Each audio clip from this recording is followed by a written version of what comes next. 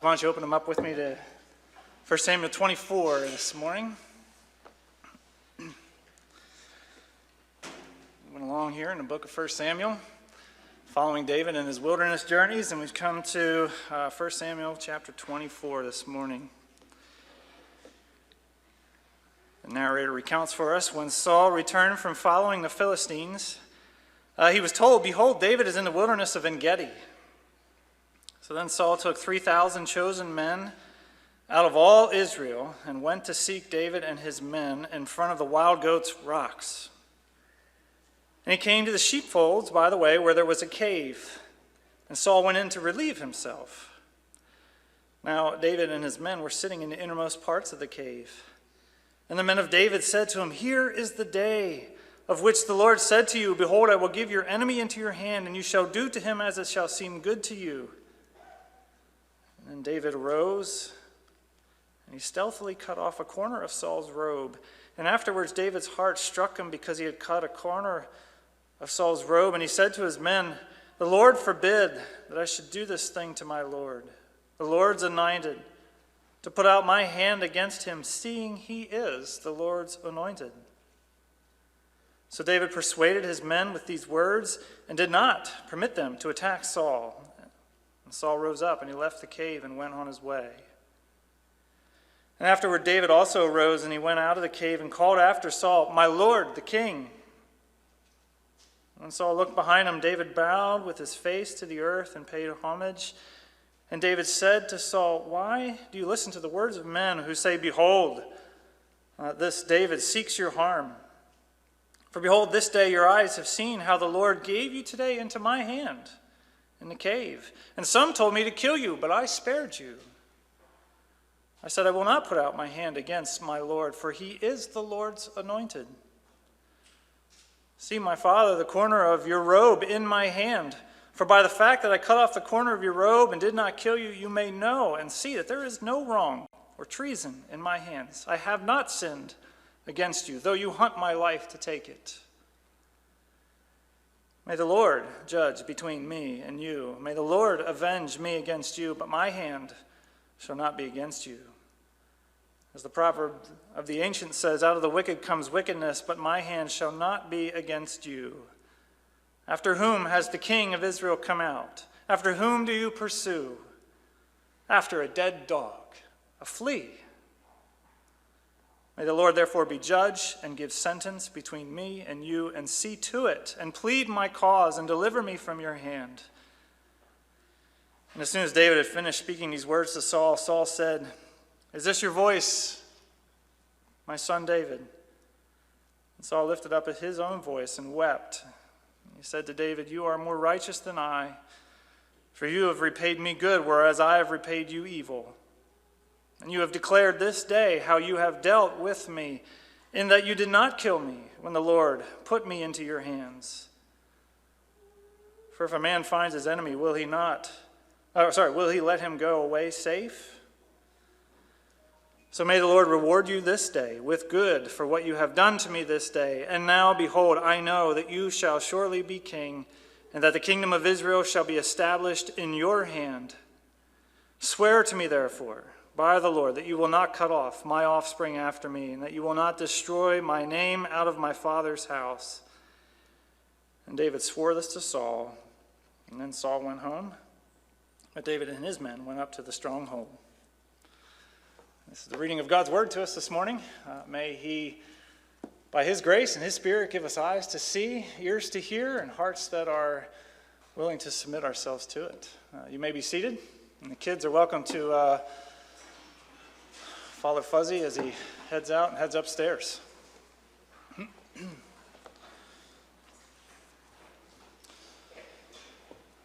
All right.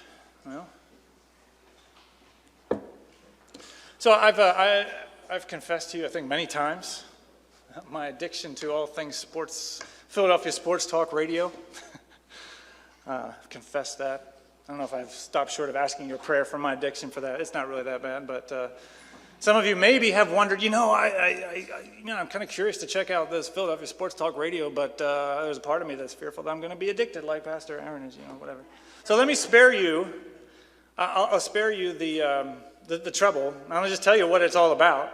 You basically have a bunch of people who suffer from 2 psychological disorders, calling into these shows and talk shows, interacting with them. They suffer from 2 psychological disorders. First of all, they're a glutton for pain. Right? They're addicted to the pain of being a Philadelphia sports fan. It's just what it is, and we are lost and not at home without it. But then 2, the other psychological disorder that we have is that we have, what I would call GM envy, or general manager envy, in the sense that we all think that we could do a better job managing, running, drafting, executing, the purposes of these teams than the actual general managers who have been given the keys to these various teams. And that's basically what All Talk Radio is. It's basically a bunch of people chiming in, trying to find support therapy for our addiction to pain, but then also trying to just rant and rave about how we would run the team differently if we were in charge and how the general manager is doing a horrible job, whatnot. In fact, I think if you were listening to one of the Phillies games this week, did anybody pick it up? Where you have the normal, the organ starts up and, try to get everybody to chant, "Let's go Phillies," boom, boom, boom, boom, boom. I think at some point the microphones was near a group of people that were shouting, "Fire Howie," boom, boom. Howie Roseman, he's the general manager of the Eagles, right? That's just in our blood, it's in our nature. That's what All Talk Radio is, this GM envy. So here's the thing, right? We all have the same goal in mind, right? Us and the GMs, we want to see the Philadelphia sports teams winning championships. We want them to be the greatest teams in the world. We all have that same goal in mind. We just drastically differ, it seems like, everybody who calls in, on the strategy or the means to that righteous end. And the interesting thing is, I kind of think sometimes Christ followers imitate or look like Philadelphia sports fans. And that sometimes it seems like we maybe have a case of GM envy, where, when it comes to Christ, we fully agree on the end goal, right? And we're all with you, Jesus, on how, this kingdom goal, this kingdom operation, right? We want your kingdom to pervade your good creation. We want your word to be the light that illumines all the dark places of creation. We want everybody everywhere to be conformed into the image of you, right? Our glorious King, right? So we want the same righteous ends. But sometimes, I'm not sure if we're all in on Jesus' means to that end, or the strategy of his kingdom, or how this kingdom is all going to go down and how this kingdom is all going to play out. I wonder if sometimes we have a little bit of that GM envy in us, or in Christ followers in general. And I'll let you know, this is nothing new. Christ has been plagued by this from the very beginning, right? We just literally came off of Holy Week and, that ironic transition between Palm Sunday when the crowds are all excited that here comes the king, who's going to establish the kingdom, right? And then by the end of the week, they're all saying, yeah, get rid of that guy. Give us Barabbas, right? Barabbas, he's a zealot. And Jesus seems more like a weak pacifist, which is no way to deal with the threat of the Roman Empire. It's no way to establish the kingdom. Give us Barabbas. Get this guy out of here. And so here's the basic point of today's message. The basic challenge is this. It's basically the question, whose kingdom is it? And who gets to set the agenda for how that kingdom plays out? Hopefully you already know the answer to that, so you could probably tune out if you're at home. But I think that's kind of the theme, that's kind of the point of the text. And so it's just a very simple challenge for us to remember whose kingdom it actually is and who actually calls the shots of how we get to that righteous end.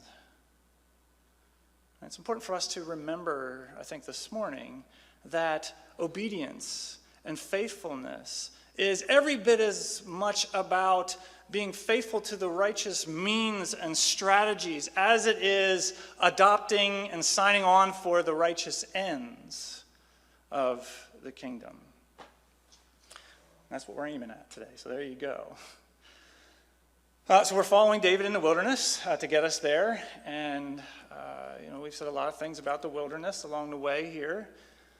But for this morning, I'll just remind you that if the wilderness is anything, it is temptation to unfaithfulness. Right? Because the wilderness, what is the wilderness? But it's this constant, unrelenting exposure to discomfort, hardship, uncertainty, pain, some of those things that we talked about last week.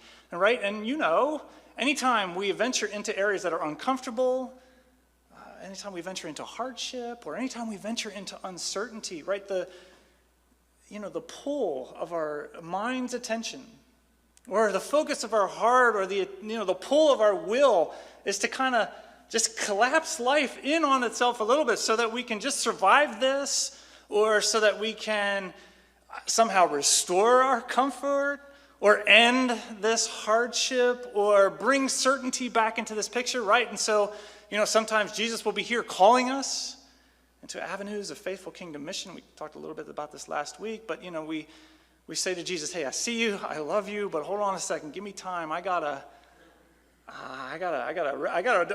take care of myself here a little bit. All sorts of discomfort and hardship and uncertainty. I gotta lock those things in first, deal with that, and put an end to this, and then I can, follow suit, as you would call, right? So it's this constant temptation away from faithfulness. And last week, we saw a great example of David and his men of faithfulness, right? They were given this call from God to, hey, it's time to act like a king and go down and deliver the people of Keilah from the Philistine, raiders that were coming and stealing from the threshing floor. And so, they give up what little position of security and comfort and certainty they have, and they go out and they face opposition and they deal with that. Today's passage, if you ask me, is an even greater temptation and perhaps even a greater demonstration of faithfulness. All right? So let's talk about it. David, he's left the wilderness of Maon at this point, and he's fled now to the wilderness of En-Gedi, and he's fled to these caves in En-Gedi. I was talking with, I don't see the Evans here today, I was talking with Corey Evans a little bit after the service last week, and she was going on about the beauty of the caves of En-Gedi. I was actually scheduled to go to Israel with Bob and Corey last year. We were all set. The tickets were all purchased, but the problem was we had scheduled it for April, literally 2 weeks after they shut the whole country down. But someday I'm hoping to be able to get over there with them. And when I do, I would really love to go see the caves of En-Gedi next year. We're going next year. Yeah, I saw that email. That's great. That's right.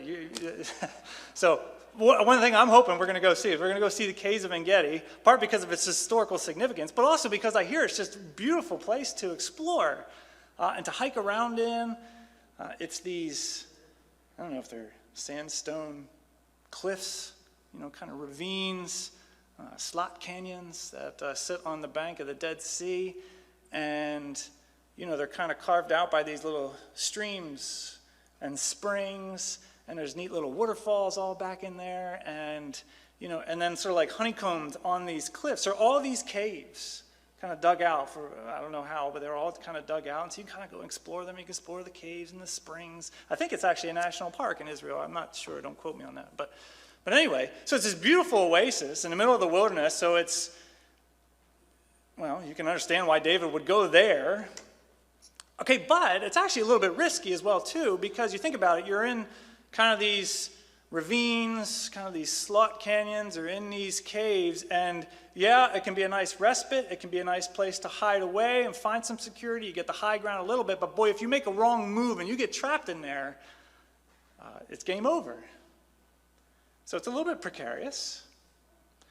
And so here we are now in a very precarious situation, right? David's out in the wilderness. He's just come off of a near miss last week in the wilderness of Maon. They were literally on Saul's troops and David's men. They were literally on opposite sides of the same mountain, and they were heading towards this collision course. God delivers them. And so just coming off of that, no rest for the weary. Now they're hiding out in the caves. But we find out that Saul's information network has come through again. He's found out where David is. And so he's gathered 3,000 men from all of Israel, 5 times the amount of men David has. And he's coming to corner David in the caves of En-Gedi. Maybe by sovereign hand of God's good providence, nature calls. And so Saul decides to take advantage of a natural restroom in one of these caves and relieve himself. Just happens to stumble in the cave where David and some of his men are camped out. And so, I always, for whatever reason, I gravitate in these wilderness scenes to David's followers. And I, just imagine him say like, are you kidding me? Here's Saul by himself in this cave, surrounded by us. He doesn't see us. I don't know why, but he doesn't see us. And I imagine him just going up to David. David, this is it. Here it is. Here's your enemy. And here's our ticket out of here. Right? Look, David, God has literally handed over to you the end of our suffering, the end of our discomfort, the end of our uncertainty, the end of this stupid wilderness journey. You just go slip a sword in this guy's back, and it's game over, and we get to go home. Right? Worst case scenario, next in line to the throne, if Saul dies, it's Jonathan. We already know where his allegiance stands. Best case scenario, the people are going to recognize, okay, well, now we got to get behind David and support him. So come on, David. Go get him. We go home, put an end to this wilderness, and Israel at long last gets their faithful king. So David grabs sword, dagger, sneaks up to Saul, I'm assuming, draws his hand back, and goes to swipe and just gets a little corner of his garment. And he takes it back, and I just imagine that conversation. He shows up with this little garment, and the guys say, "What in the world? Are you kidding me? Please tell me you just swiped and missed. It was too dark in here, you couldn't see. Please tell me you did not just give this guy another pass and let him go." And how does David respond? He says there in verse 6, he says to the men, "Look, the Lord forbid that I should do this thing to my Lord, the Lord's anointed, to put out my hand against him, seeing that he is the Lord's anointed." See, look, what is he essentially saying to his guys here? He's like, look, guys, this is God's kingdom, and this is the one that God has anointed. He's not just an anointed, he is the Lord's anointed. The Lord decided to anoint Saul as king, as prince over his kingdom. This is his kingdom, and, well, look, here's the deal. He also anointed me, so clearly God is up to something. Clearly God is working some sort of transition, but it's his kingdom, and it's his strategy, it's his plan for how this transition is going to go down. It's not mine to take. It is not from my hand to take the life of the Lord's anointed. Not at least without direct orders from the true king. Sure would have been nice. I don't know where Abiathar is at this point. He's the priest with the linen ephod. Maybe he's hiding out in the cave next door. Sure would have been nice if Abiathar would have been there and we could say, hey, go get that ephod and let's rub the Urim and the Thummim here and let's find out. God, am I supposed to, but there's no time, or I don't know, he's not there. And David says, no, it's not for me to strike my hand against the Lord's anointed. It's his kingdom. This is his king. Till I get that great direct order, this is not it's not for my hands to seize. Which, okay, keep in mind, this is a really significant event at this point. Right? Because remember, this is the whole problem with Saul. Somewhere along the way, Saul becomes infatuated with the kingdom. He becomes more in love with the king than the one who had entrusted it to him. He becomes more in love with the kingdom than the one who had entrusted it to him. Right? He loves the kingdom. He desires the kingdom. He idolizes the kingdom, and he wants it run his own way. This is his whole problem. This is what ultimately costs him the kingdom, is that he wouldn't bow to the true king. He wouldn't take up his role as just the prince and execute the king as a steward. Execute the kingdom, as a steward of the true king. Or, remember too, this is the problem of all of Israel. Israel, hey, maybe it's all about having a robust kingdom here. seeing the kingdom of God flourish among them, among all the nations. Sure, they're all for it, but what are they not for? As we heard a couple times in the middle of the book. They're not for God and his ways as being the king, right? God has to say to Samuel, look, they've rejected me as king. Because what do they want? They want a king the way all the surrounding nations have a king. They want the kingdom to operate the way all the surrounding nations do their kingdom. They want a king with, I don't know, a massive military regime that's going to make heads roll, whatever, something like that. They've rejected God as their king. So look, here's the problem throughout this whole book. It's that you have a group of people who aren't willing to let the king be king and to be faithful stewards of his kingdom. And these wayward people who were supposed to be shepherded and brought back in, reined in by the king, well, we got a problem is that they got a king who's unwilling to do it. A king who won't let the true king be king and who won't acquiesce to the way this king is saying, look, this is how my kingdom works. This is how my kingdom's going to go down. So it's actually pretty significant here. In this moment where David is in the pit of discomfort, he's in the pit of uncertainty, he's in the pit of hardship and struggle, that in this moment his whole world doesn't collapse in on himself, and his whole mind, heart, and will doesn't just go immediately towards self-preservation, but he yields to the king. He says, no, this is not my kingdom, it's the king's kingdom, and this thing's going to go down the way he determines. And so much so that he's actually convicted that he even laid anything of a hand on this Saul and took this little garment. But after Saul walks out, David, goes out after him and he says, my king, look, you've been out here hunting me like a dog, like a flea out here because you're convinced for whatever reason that I mean you harm. Or you're convinced that I have, traitorous intents or malicious intent, or that I mean to tear you down. But look, there's evidence, proof. I've got, the hem of your garment. Clearly, if I wanted to take anything from you, I could have. I could have taken the whole thing from you, but I haven't. Man, let God judge between you and me. Let God decide between you and me. Let God give sentence between you and me, right? Which is, again, part of what we talked about last week. Part of the reason David is free to do this and to live and act faithfully is because he has this confidence that his future, his fate is in God's hands. So let God decide. Let God judge. Let God sentence. Let God avenge if need be. I don't need to. And so Saul comes and, finally, something gets through, and he has a little bit of a softening of a heart, and he says, my son David, he's got tears in his eyes. He says, surely you have not repaid me with evil like I have paid to you. You have repaid me with good. You have not treated me the way, someone rightfully should treat an enemy. You haven't treated me like an enemy. And so may God bless you, and may God, repay you with good. And he goes so far as to say clearly, I can see that this kingdom is moving into your hands. And so he pleads with them, hey, when you get there, please, just don't cut me off forever. Don't destroy, don't eliminate, eradicate my offspring after me. Don't entirely wipe out my name from my father's house. David's already pledged not to do that. He's already pledged it to Jonathan. So he says, yeah, sure, fine. And Saul goes home. David goes back to the stronghold with his men. And, here's the thing. We've been here before, right? You remember?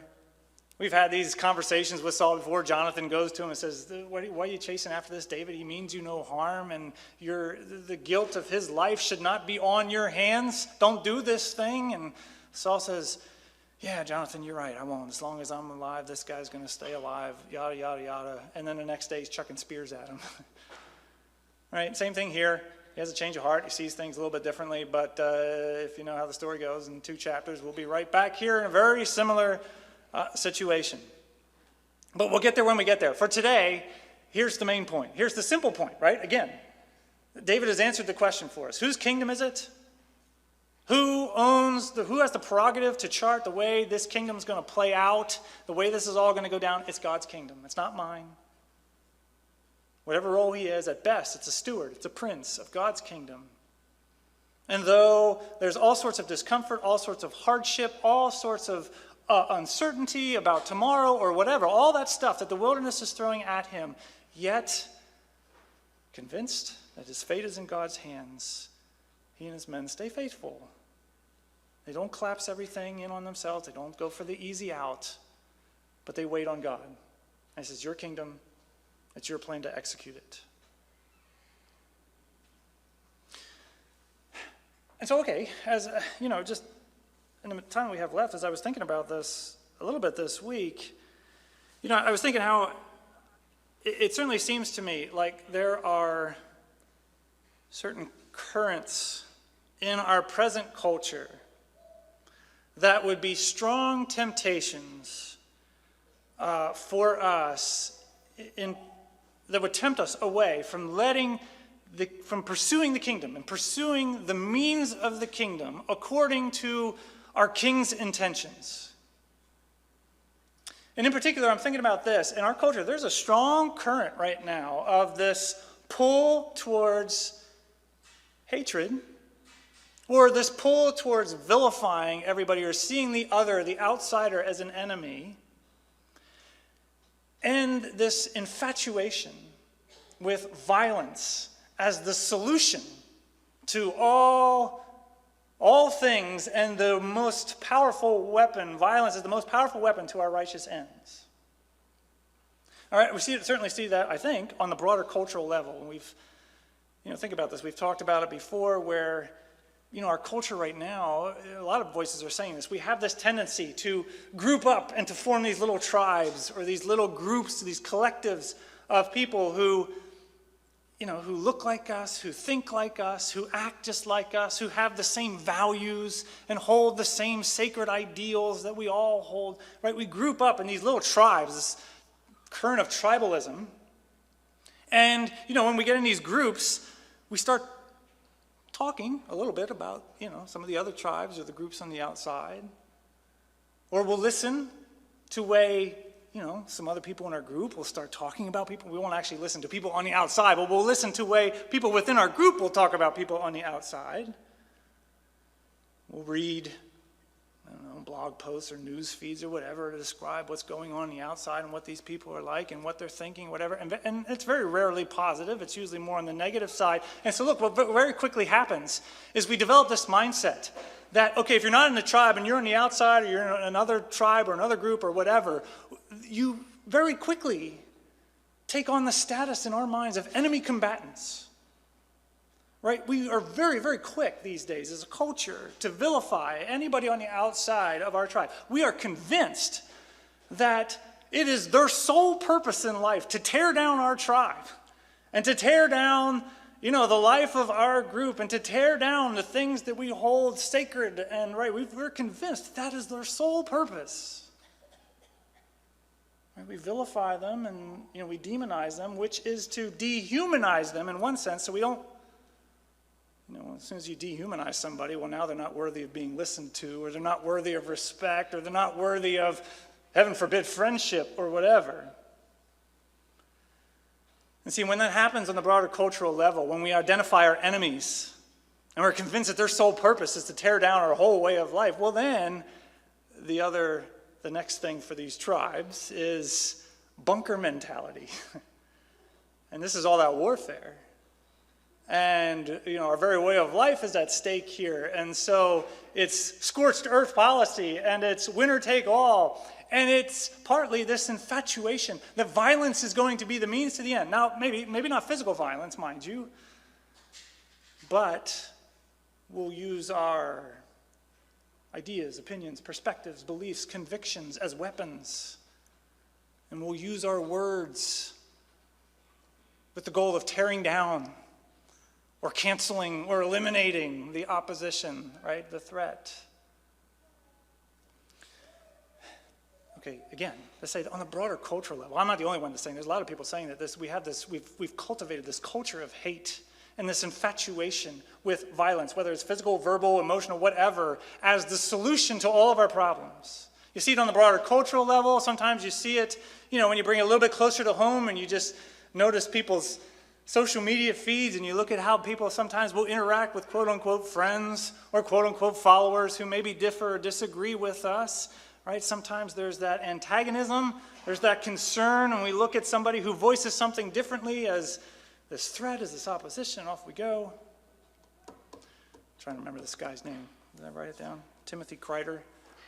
He's a political cartoonist, and he actually says, he actually gave a name to it. He calls it outrage porn, where he says, it seems like today we're all just very vigilantly scouring through the news feeds or social media feeds, looking for things to be outraged about, because he says, look, as a culture, we've become addicted to outrage. And we're addicted to finding things that we disagree with so that we can feel that little air of moral superiority. And we're addicted to offense, being offended. And he says it's killing us in a lot of ways. You see it on social media. You see it when I'm driving down 476 and somebody cuts me off. Boy, it's stupid. Somebody can't hear me, but my mouth is going a mile a minute because I'm wanting to use my words to make this person feel the pain of what they've just done and cut me off, whatever. Maybe I'm even flailing my arms, one arm, Or maybe even we see it in our homes.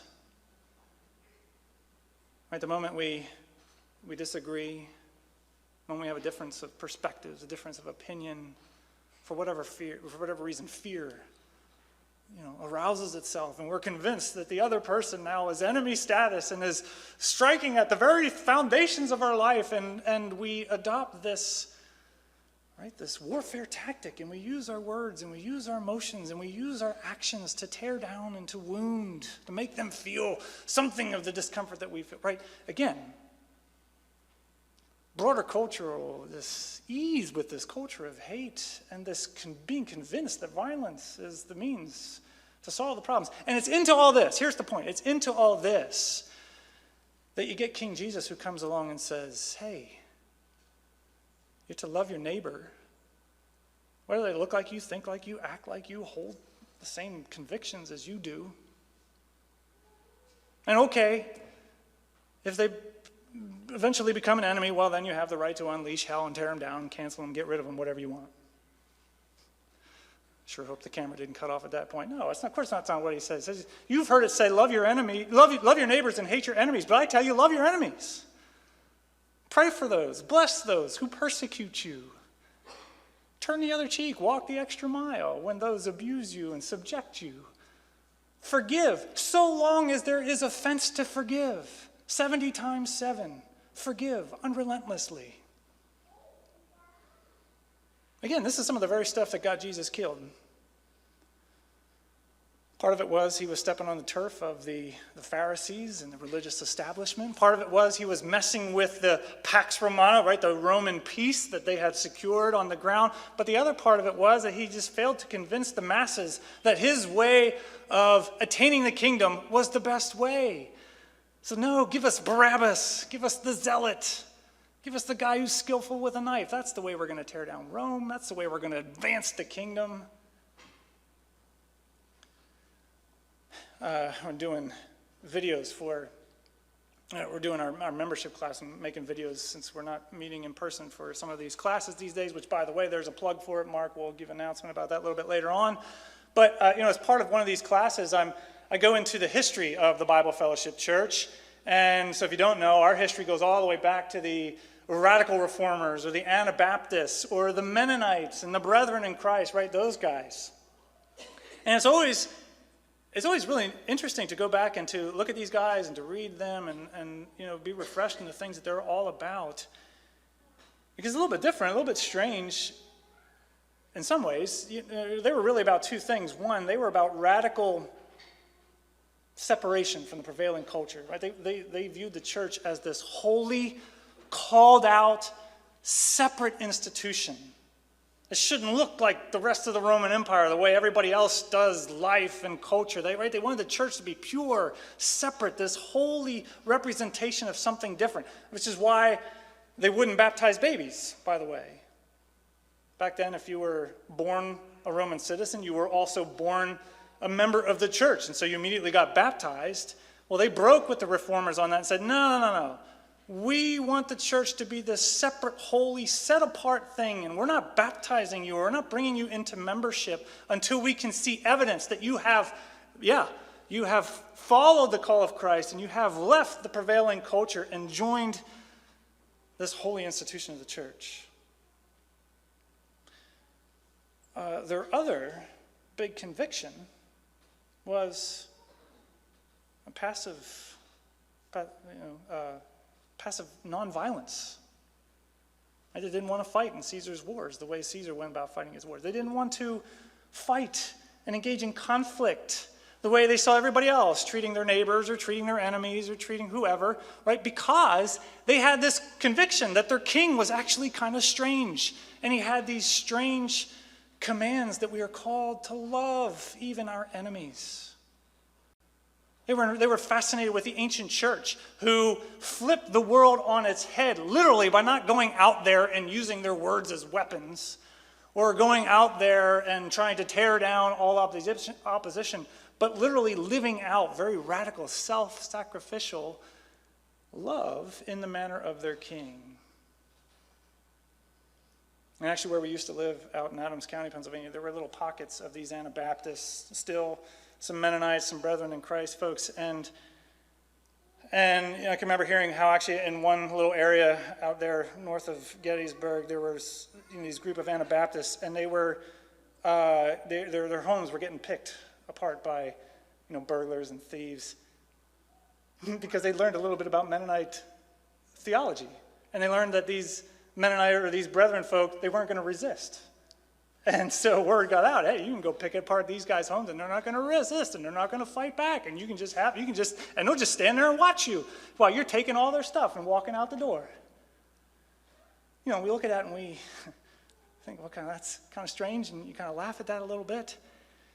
But at the end of the day, whatever you want to think about it, there's stuff that we could learn from our Mennonite Anabaptist forefathers, and that they had this conviction that their king was strange, and that the way he was going about his kingdom, executing his kingdom, making his kingdom all go down was strange. And so if they were going to be servants, stewards of that kingdom, well, it wasn't going to happen the way the rest of the culture went at life and conflict and victory. They were going to follow their king. And again, I think that's the basic message of today. David sets a good example for us, that we are stewards, and not only aim at the righteous ends, but follow the righteous means. And I would say this in closing, that if we say, well, that's strange, and that's hard, and that's difficult, this whole business of loving my enemies, and not using my words and my ideas and my convictions as weapons in this warfare to tear down all opposite, right? If that's really just hard and I feel that pull, where do we find the empowerment to do that? Well, we look at the king who had himself at this moment where he could have called down legions of angels, right, to deal with his enemy, to deal with his opposition, to deal with those who were causing him great distress and great discomfort. And yet, what does he cry out to the Father? This incredible statement of love: Father, forgive them, for they know not what they do. And you want to find motivation to live like Christ. Go back to our story. Recognize, okay, we're called to be like David and be good stewards of the kingdom. We're called to be like David's men in a way, and we're called to follow our righteous king and his example, his leadership. But then go back in the story and remember that actually the one that we ought most to identify with in the story is who? It's actually Saul. Right? Because left to ourselves, we're all like Saul. We're infatuated with our own kingdoms. We idolize, the life, the kingdoms that we want to build, and we set out on our own to build our own kingdoms. And if it means kicking God to the curb so we can establish what we want and go after one, well, we're all too willing to do that. Left to ourselves, on our own, apart from divine grace, we are all enemies of the kingdom, and by nature children of wrath. Right? So you want to find a motivation. Identify with Saul. And then look to the greater David. who, time and time again, man, when he's in the wilderness for 40 days, going without food and going without the comforts of home and security, and Satan comes to him and says to him literally, hey, I'll give you the kingdom. I'll give you the righteous ends that you're after. All you have to do, here's the means to get there, just bow the knee to me. And he's not concerned about his discomfort at that point. He says, no, it's written, you worship God, Lord, your God alone. Or when he's in the Garden of Gethsemane and he's sweating drops of blood, literally fearing for his own life, pleading with the Father, Father, let this cup pass from me. Take this away from me. Yet his world doesn't collapse in on him. Yet his mind, his heart, and his emotions don't just go into self-preservation mode. He says, but yet not my will, but yours be done. Or again, when he's hanging on that cross, and he's enduring the epitome of hardship, the epitome of suffering, the epitome of discomfort, maybe even uncertainty as he cries out, my God, why? And as he has his enemies dead in his sights, all he's got to do is call down from heaven, legions of angels, boom, wipe them out. Instead he cries out, Father, forgive them, for they know not what they do, and into your hands I commit my spirit. Right? It was Martin Luther King who gave a sermon in 1957 at Dexter Avenue Baptist Church. The sermon was entitled Loving Your Enemies. And it was really, it's a well worthwhile sermon to go and read. Or you can actually listen to it on Facebook, which is really neat. Or not Facebook, YouTube, which is really neat. And, among it, he has, great comments about hatred just breeds hatred and violence just breeds violence, all that stuff. But at one point he says, look, here's another way that you love your enemy. When the opportunity presents itself for you to defeat your enemy, that's the time that you must not do it. There will come a time, in many instances, when the person who hates you most, the person who misused you most, the person who has gossiped about you most, the person who has spread false rumors about you most, there will come a time when you'll have an opportunity to defeat that person. It might be in terms of a recommendation for a job. It might be in terms of, not helping that person to make some move in life. That's the time you must not do it, he says. That's the meaning of love. In the final analysis, love is not this sentimental something that we talk about. It's not merely an emotional something. Love is creative, understanding goodwill for all men. It is the refusal to defeat any individual.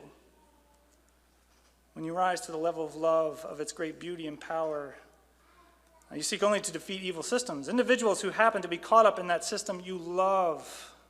And then he actually goes on to say this at the end. The hope for the world, and keep in mind, right, this is a black man writing in 1957 in the midst of, heightened awareness of, all that tension. The hope for the world is that followers of Jesus will be overcome by the love of God, that very same love will burst forth from them, overflowing and directed towards everyone, yes, even their enemies. Strange words. Took a lot of heat for that. And yet it was that strange impulse to follow this strange love of the King that launched one of the greatest social revolutions of American history, right? And that's the point. You want to see the kingdom advance? You want to see the kingdom move towards its righteous end? Don't buy what the cultural trends are throwing at you for here's how we get from point A to point B. Don't buy the mindset of the crowds out in Pontius Pilate's courtyard saying, give us Barabbas. Listen to the King and look to the demonstration that the greatest advancement of the kingdom, the thing that literally flipped the known world on its head and launched this unshakable program of having God's kingdom flood the entire earth, was an act of self-giving, sacrificial love from the King to his enemies. And you want to find the motivation to do that? Just keep looking at the King. Remember, it's his self-giving love that's given you any life or hope in this world or the next. Hear him, see his strange example, and feed off of him for that strength and nourishment, which is where we're going to go next as we come to the table. That's what we do, right? When we come to the table, we remember, we look to the King, and we feed off of him. So I invite the worship team to come on forward and prepare us and lead us for that. The elements are going to be brought out to the tables here. I think we're going to sing a song in the beginning to transition us, but then when it's time, you'll be welcome to come and to receive of the elements as you feel led. We invite everybody to come. Don't just come and grab a pile for your row, but everybody come. Make that decision that I need to be fed of Christ. I need to be reminded of Christ. Come to the table and receive. If you don't consider yourself a follower of Christ, or if you're uncertain about your convictions on Christ, Scripture would admonish you to withhold, or even more, it would encourage you to make that decision today, to entrust your life to this good and gracious King. And if that's your desire, then by all means, come to the table and receive. So we'll sing, and then once everybody has come and received, we'll bring it back to our places, and I'll pray for us, and we'll celebrate together.